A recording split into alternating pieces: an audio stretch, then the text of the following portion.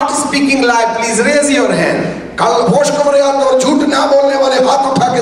do not have the bitterness in your own heart, you can raise your hand, please.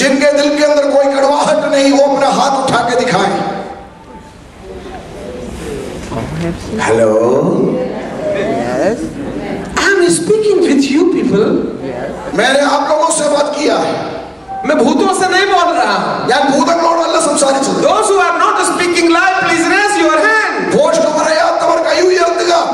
We are speaking in tongue. നിങ്ങൾ അന്യഭാഷ പറയുന്നവരാണ്. We are dancing and shouting. നിങ്ങൾ നൃത്തം ചെയ്യുന്നു, shout ചെയ്യുന്നു. We are already filled with the Holy Ghost. നമ്മളെല്ലാം ആത്മാവിൽ നിറഞ്ഞവരാണ്. But in the same time we are telling lies. അതേ സമയം തന്നെ നാം ഭോഷ്കും പറയുന്നു. Or we can inherit the kingdom of God now. നമുക്ക് സ്വർഗ്ഗരാജ്യത്തെ അവകാശമാക്കുവാൻ കഴിയുമോ? No. Then who will obey the commandment of God? ദൈവത്തിന്റെ കൽപ്പനകളെ അനുസരിക്കും. We know. നമുക്കറിയാം. आप बोलोगे the grace of God is sufficient for me. നിങ്ങൾ പറയും ദൈവത്തിന്റെ കൃപ എനിക്ക് മതി. Do you know the grace? The definition of the grace of God? ദൈവത്തിന്റെ കൃപയുടെ നിർവചനം എന്താണെന്ന് നിങ്ങൾക്കറിയാമോ? Grace ये नहीं होता है कि तुम झूठ बोलो तो भी मैं तुमको स्वर्ग ले लूंगा. ആ കൃപ എന്ന് പറയുന്നത് ഭോഷ്ക് പറയുന്നവരെയും സ്വർഗ്ഗത്തിൽ പ്രവേശിപ്പിക്കുന്നതല്ല. कभी आपने तलवार को काटने दिया? ഈ വാളൊന്ന് മുറിക്കുവാൻ നിങ്ങൾ ഏൽപ്പിച്ചു കൊടുത്തിട്ടുണ്ടോ? जो 1200 किलोमीटर में revolving कर रही छिक छिक छिक छिक छिक छिक छिक छिक 1200 കിലോമീറ്റർ ദൂരമുള്ള വഴിയിൽ ചിക് ചിക് ചിക് ചിക് എന്ന് ഈ വാൾ ഇങ്ങനെ ശബ്ദിച്ച് ചലിച്ചുകൊണ്ടിരിക്കുകയാണ്. जो तुम्हें आदम के पेड़ जीवन के पेड़ के पास नहीं जाने देंगी. ഇതിൽ കൂടെ മുറിയപ്പെടാതെ ജീവവൃക്ഷത്തിന്റെ അടുക്കൽ കടന്നു പോകുവാൻ നിങ്ങൾക്ക് കഴിയുകയില്ല.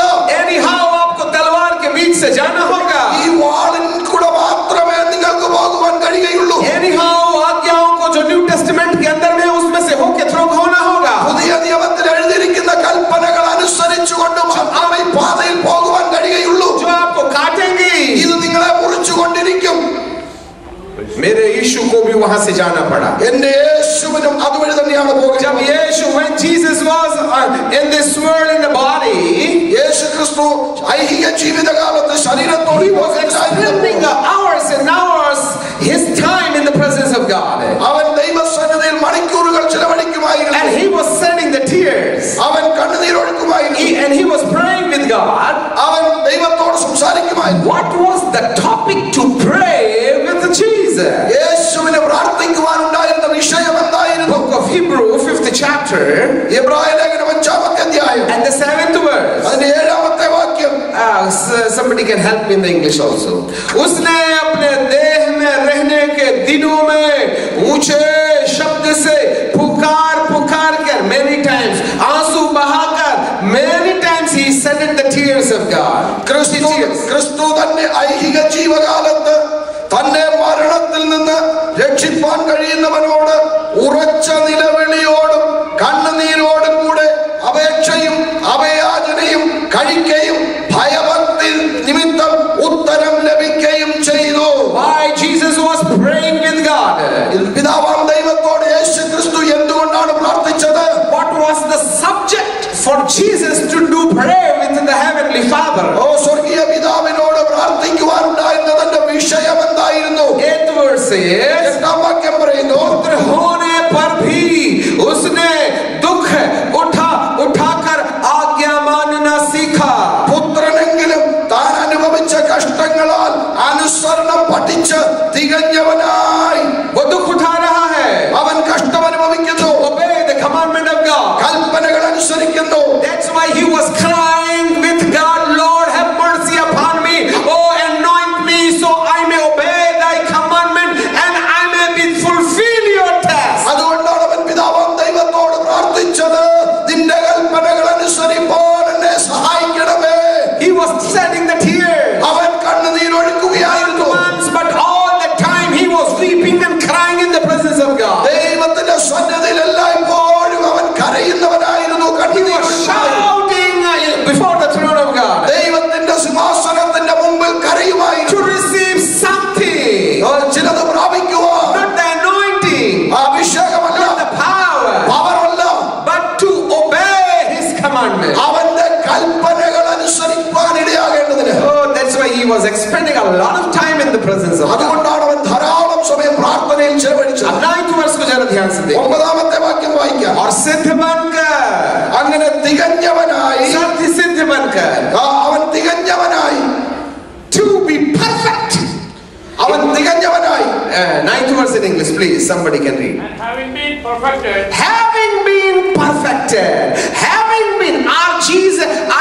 Jesus was not perfected. നിങ്ങൾ ചിന്തിക്കുന്നുണ്ടോ യേശു ക്രിസ്തു തികഞ്ഞവനായിരുന്നില്ല എന്ന്? He was trying to be perfected. അവൻ തികഞ്ഞവനായി തീരുവാൻ ശ്രമിക്കുകയായി. How Jesus was perfecting himself, that's the question. यहाँ पर सवाल यह है, प्रभु यीशु मसीह किस प्रकार सिद्ध किया गया? Through obedience. वो आज्ञाकारिता के द्वारा, अनुसरणത്തിൽ കൂടെ. He was trying to walk in line the word of God. ദൈവവചന പ്രകാരം ജീവിക്കുവാൻ അവൻ ശ്രമിക്കുന്നു. And then आगे बाइबल बोलती है, പിന്നെ വചനം പറയുന്നത്, और सिद्ध बनकर, അവൻ തികഞ്ഞവനായി തീർന്ന് सब आज्ञा मानने वालों के लिए, തന്നെ അനുസരിക്കുന്ന ഏവർക്കും. जरा सेला रुक जाइए in English please. He became the author of eternal salvation to all who obey him. All who obey him. തന്നെ അനുസരിക്കുന്ന ഏവർക്കും. यहाँ हिम लिखा हुआ है, അവനെന്താണ് എഴുതിയിരിക്കുന്നത്? बट हिंदी बोलती है ഹിന്ദിയിൽ എഴുതിയിരിക്കുന്നത് अपने सब आज्ञा मानने वालों के लिए. കർത്താവിന്റെ കൽപ്പനകൾ അനുസരിക്കുന്നവർ. अपनी കർത്താവിന്റെ കൽപ്പനകൾ. those who obey the commandment of God, for them he is a deliverer. ദൈവത്തിന്റെ കൽപ്പന അനുസരിക്കുന്നവരെ വിടുവിക്കുന്നവൻ അവനാണ്. Not for the only believer. കേവലം വിശ്വാസികൾക്കല്ല. यहाँ believing का काम खत्म हो गया है. ഇവിടെ വിശ്വാസിക്കുന്ന കാര്യം അവസാനിക്കുകയാണ്. believing का काम गेट में था. വിശ്വാസത്തിന്റെ കാര്യം വാതിൽക്കലായിരുന്നു. Now you are inside the garden of Eden. ഇപ്പോൾ നിങ്ങൾ Eden തോട്ടത്തിനകത്താണ്. You have to face the double-edged sword now. ഇപ്പോൾ നിങ്ങൾക്ക് ഇരുവായ്ത്തുള്ള വാളിനെ നേരിടണം. This double-edged sword is the commandment of God. ഈ ഇരുവായ്ത്തലയുള്ള വാൾ ദൈവത്തിന്റെ കൽപ്പനകളാണ്. Every commandment, when you obey, then the commandment will perfecting you now. ഈ കൽപ്പനകൾ അനുസരിക്കുമ്പോൾ നിങ്ങളെ അവൻ തികഞ്ഞവരാക്കി തീർക്കുന്നു. यीशु ने अपने आप को पवित्र किया. യേശു തന്നെ ശുദ്ധീകരിച്ചത് അങ്ങനെയാണ്. सिद्ध बन गया. അങ്ങനെ അവൻ തികഞ്ഞവനായി. और अपने सारी आज्ञा मानने वालों के लिए. അവനെ അനുസരിക്കുന്ന എല്ലാവർക്കും വേണ്ടി. अब जरा ध्यान से सुनिएगा. ഇനി നിങ്ങൾ ശ്രദ്ധിച്ചു. सदा काल के, എന്നേക്കുമായി. हेलो, सदा काल के लिए, എന്നേക്കുമായി. for the eternal life. നിത്യജീവൻ നൽകേണ്ടതിന്. Not for the deliver, not for the healing, സൗഖ്യത്തിന് വേണ്ടിയല്ല. not for the salvation, രക്ഷയുടെ കാര്യമല്ല. not for the forgiveness, ക്ഷമ നൽകുന്നതിനെ കുറിച്ചല്ല. but for the eternal life. നിത്യജീവൻ നൽകേണ്ടതിന്. हेलो, धर्मी होना और अनंत काल में प्रवेश होने में अंतर है. നീതീകരണം പ്രാപിക്കുകയോ നിത്യജീവനിൽ പ്രവേശിക്കുകയും ചെയ്യുന്ന രണ്ടും जो यीशु पर विश्वास करते हैं, യേശുവിൽ വിശ്വസിക്കുന്നവർക്ക് वो पापी से धर्मी हो जाते हैं. പാപി എന്നുള്ളതിൽ നിന്ന് നീതിമാൻ എന്ന അവസ്ഥ ലഭിക്കുന്നു. Oh, through faith we are righteous. നാം വിശ്വാസത്താൽ നീതിമാന്മാരായി തീർന്നു. But the righteous has to be transferred unto the perfection. ഈ നീതിമാന്മാരെ ആ പൂർണ്ണതയിലേക്ക്, തികഞ്ഞവരായ അവസ്ഥയിലേക്ക് ട്രാൻസ്ഫർ ആക്കണം. When you are perfect, നിങ്ങൾ പൂർണ്ണതയുള്ളവരാകുമ്പോൾ, and only then you are worthy to come near the tree of life. നിങ്ങൾക്ക് അപ്പോൾ മാത്രമേ ജീവവൃക്ഷത്തിന്റെ അടുക്കൽ കടന്നു വരുവാൻ കഴിയുകയുള്ളൂ. How you can be perfect yourself? നിങ്ങൾക്ക് നിങ്ങളെ തന്നെ എങ്ങനെ തികഞ്ഞവരാക്കുവാൻ കഴിയും? When you go through the double-edged sword, ഈ ഇരുവായ്ത്തുള്ള വാളിൽ കൂടെ കടന്നു പോകുമ്പോൾ, when you begin to obey the commandment of God which Christ has given you unto the Sermon on Mountain. ആ ഗിരിപ്രഭാഷണത്തിൽ കൂടെ കർത്താവ് നൽകി തന്ന കൽപ്പനകളിൽ കൂടെ നിങ്ങൾ കടന്നു പോകുമ്പോൾ, Who will obey? അതാരനുസരിക്കും? Those who obey. അനുസരിക്കുന്നവർ. For their eternal life. അവർക്ക് നിത്യജീവനുണ്ട്. For their eternal life. Our അനുസരിക്കുന്നവർക്ക് If നിത്യജീവനുണ്ട്. someone is expecting the eternal life, ഈ നിത്യജീവനെ പ്രതീക്ഷിക്കുന്നവർക്ക് he has to go through obedience. അവർക്ക് അനുസരണത്തിൽ കൂടെ കടന്നു പോകേണ്ടതായിട്ടുണ്ട്. Nobody is talking about the obedience of God, obedient to the commandment of God. ഈ ദൈവത്തിന്റെ കൽപ്പനയെ അനുസരിക്കുന്നതിനെ കുറിച്ച് ആരും ഇന്നത്തെ കാലത്ത് സംസാരിക്കുന്നു. यीशु सिद्ध എന്റെ യേശു പൂർണ്ണതയുള്ളവനായി और जो आज्ञा मानते हैं കൽപ്പനകൾ അനുസരിക്കുന്നവർ उनके ही लिए है അവരും അങ്ങനെയാകുന്നു. सदा काल का എന്നേക്കുമായി सदा काल के लिए എന്നേക്കുമായി सदा काल के लिए എന്നേക്കുമായി उद्धार का कारण അവർ രക്ഷ പ്രാപിക്കുന്നു. Praise God. यदि किसी को सदा काल का जीवन चाहिए, ആർക്കെങ്കിലും നിത്യമായ രക്ഷ ആവശ്യമുണ്ടെങ്കിൽ यीशु ने जैसे अपने पिता की आज्ञा मानी है, യേശു തന്റെ പിതാവിന്റെ കൽപ്പനകൾ അനുസരിച്ചതുപോലെ वैसे ही आज्ञा मानने के प्रोसेस से होके जाना होगा. അതുപോലെ തന്നെ കൽപ്പനകൾ അനുസരിക്കുന്ന ചട്ടങ്ങളിലൂടെ മുന്നോട്ട് പോകണം. ये है तलवार. അതാണ് ഈ വാള്. Praise God. अब आप बोलोगे बाबा ये तो मूसा के जमाने में भी आज्ञा थी, यदि आदमी मान लेता तो पुरानी आज्ञा के बजाय नई आज्ञा देने के लिए यीशु मसीह को आने की जरूरत क्या थी? ഇപ്പോൾ നിങ്ങൾ പറയും ഇത് പഴയ നിയമം പോലെയാണല്ലോ, അന്നും മോശയുടെ കാലത്ത് കൽപ്പനകൾ ഉണ്ടായിരുന്നു, അതനുസരിച്ച് ഇങ്ങനെ മുന്നോട്ട് പോവുകയായിരുന്നെങ്കിൽ യേശുവിന് കടന്നു വരേണ്ട ആവശ്യം എന്തായിരുന്നു? हाँ, इसके लिए ही अनुग्रह है. അതിനുവേണ്ടി കൃപയുണ്ട്. अब हम इसको थोड़ा सा यहीं छोड़ के आगे चलेंगे. ഇതിനെ ഒരു അല്പം ഇവിടെ നിർത്തിയിട്ട് നമുക്ക് മുന്നോട്ട് പോകാം. अब ये तलवार की डबल एज क्या है? What is the double edge sword? ഇത് ഇരുവായ്ത്തല എന്ന് പറഞ്ഞാൽ എന്താണ്? इफिसियों की किताब എഫേസ്യ ലേഖനം और उसका यदि आप 6वां अध्याय निकालें 6-ാമത്തെ അധ്യായം और उसके 18वें 17वें पद को देखें. 17-ാമത്തെ വാക്യം. ബുദ്ധി Yes, 17. Yes, check us. Yes, 6:17. ആ രക്ഷ എന്ന ശിരസ്ത്രവും ദൈവമെന്ന വചനമെന്ന ആത്മാവിന്റെ വാളും കൈക്കൊള്ളുവീൻ. Yes, in English. Take the helmet of salvation. Take. The helmet of salvation. Okay. And the sword of the Spirit, which is the word of God. The sword of the Spirit, which is the word of God. How many things is here now in the sword? ഇവിടെ ഈ വാളിൽ എത്ര കാര്യമുണ്ട്? कौन सी तलवार है? ഏത് വാളാണിത്? What do you mean by the sword?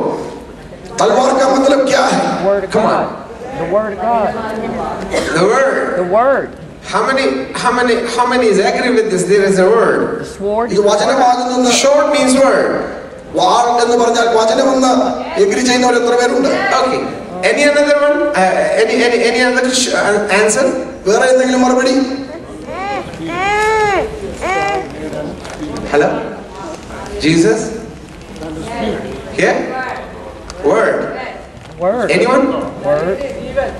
हाँ? जीवन. वाह. अभी देखिएगा सही आपको 50/100 मिला. 100-ൽ നിങ്ങൾക്ക് 50 മാർക്ക് കിട്ടിയിട്ടുണ്ട്. 50 मार्क कट गए. 50 നഷ്ടപ്പെട്ടു. ये 50 क्यों कट गए? 50 എന്തുകൊണ്ട് നഷ്ടപ്പെട്ടു? जरा ध्यान से सुनिएगा. നിങ്ങൾ ശ്രദ്ധിച്ചു वहाँ लिखा है അവിടെ എഴുതിയിരിക്കുന്നത് वचन की तलवार जो ऐसा लिखा है कि आत्मा की तलवार जो परमेश्वर का वचन है. ദൈവവചനമെന്ന ആത്മാവിന്റെ വാള്. English please. Take the helmet of salvation and the sword of the Spirit, Sword of the Spirit, which is the word of God. which is the word of God. The Spirit and the word. The Spirit and the word. ആത്മാവും വചനവും. Everyone सब जानते हैं sword means the word. എല്ലാവർക്കും അറിയാം വാളെന്ന് പറഞ്ഞാൽ വചനം. It's a one edge. അതിന് ഒരു വായ്ത്തലയും. But the second edge is the Spirit. എന്നാൽ അതിന്റെ രണ്ടാമത്തെ വായ്ത്തലയാണ് ആത്മാവ്. Yeah, one way is the word and another way is the Spirit of God. ഇരുവായ്ത്തല എന്ന് പറഞ്ഞാൽ ഒരു വശം വചനവും മറുവശം ആത്മാവും. हमारे जो तलवार के बारे में जानते हैं वो 2 प्रकार की तलवार होती है. ഈ വാളിനെ കുറിച്ച് അറിയാവുന്നവർക്കറിയാം 2 പ്രകാരത്തിലുള്ള വാളുണ്ട്. और एक तलवार होती है जिसका one side होता है. ഒരു വാള് ഒരു സൈഡ് മാത്രമേ വായ്ത്തലയുള്ളൂ. हमारे पास में कोई लकड़ी भी होती तो हम आपको दिखाते. ഒരു തടി ഉണ്ടായിരുന്നു ഞാൻ കാണിക്കായിരുന്നു. ये एक धार की तलवार है. ഒരു വായ്ത്തലുള്ള വാള്. One side यहाँ धार है. ഒരു വായ്ത്തലുള്ള വാള്. This is the word of God. അത് ദൈവവചനമാണ്. और जब कभी इसको तलवार को चलाएंगे ഈ വാൾ ഉപയോഗിക്കുമ്പോൾ उसको ऐसे नाटक करना पड़ता है. അവനെ ഇങ്ങനെ കാണിക്കേണ്ടി വരും. इसका पेना